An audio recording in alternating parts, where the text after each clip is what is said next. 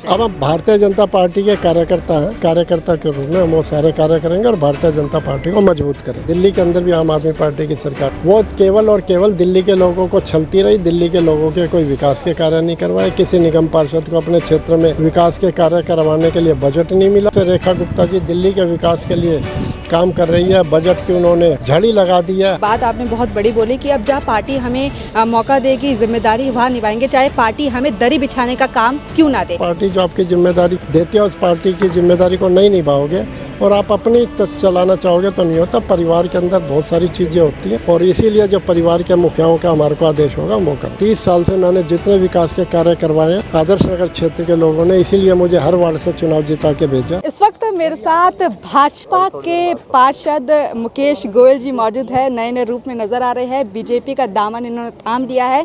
प्रदेश कार्यालय के बाहर मौजूद है। अपने 16 पार्षदों के साथ इन्होंने बीजेपी में विलय किया है। इस वक्त मौजूद इनसे बात करेंगे। सर पहले तो बहुत बहुत शुभकामनाएं एक्स इंडिया परिवार की ओर से कि जो आपके 16 पार्षद थे उन सभी के साथ आपने अब बीजेपी का दामन थाम लिया है। क्या कहना चाहेंगे, क्या नई भूमिका में अब नजर आने वाले हैं, क्योंकि अब जो निगम चुनाव है वो पास ही है और आपने बीजेपी को मजबूत करने का काम किया है।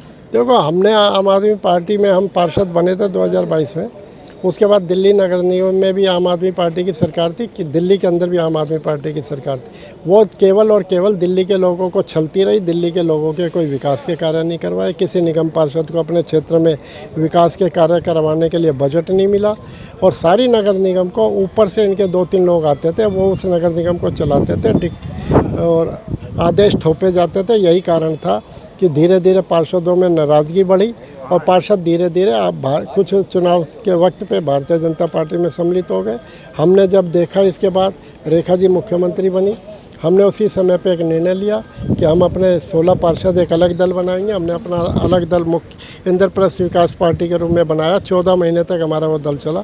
लेकिन जिस प्रकार से रेखा गुप्ता जी दिल्ली के विकास के लिए काम कर रही है, बजट की उन्होंने झड़ी लगा दी है। हर क्षेत्र के अंदर हर जगह काम हो, चाहे सीवर का काम हो, पानी की लाइन बदलने का काम हो, रोड बनाने के काम हो, CMDA फंड के अंदर वो जितना पैसा दिल्ली के विकास के लिए दे रही है उसको देखते हुए हमने भी कहा कि हमारे क्षेत्र के अंदर भी विकास की गति धीमी नहीं पड़नी चाहिए।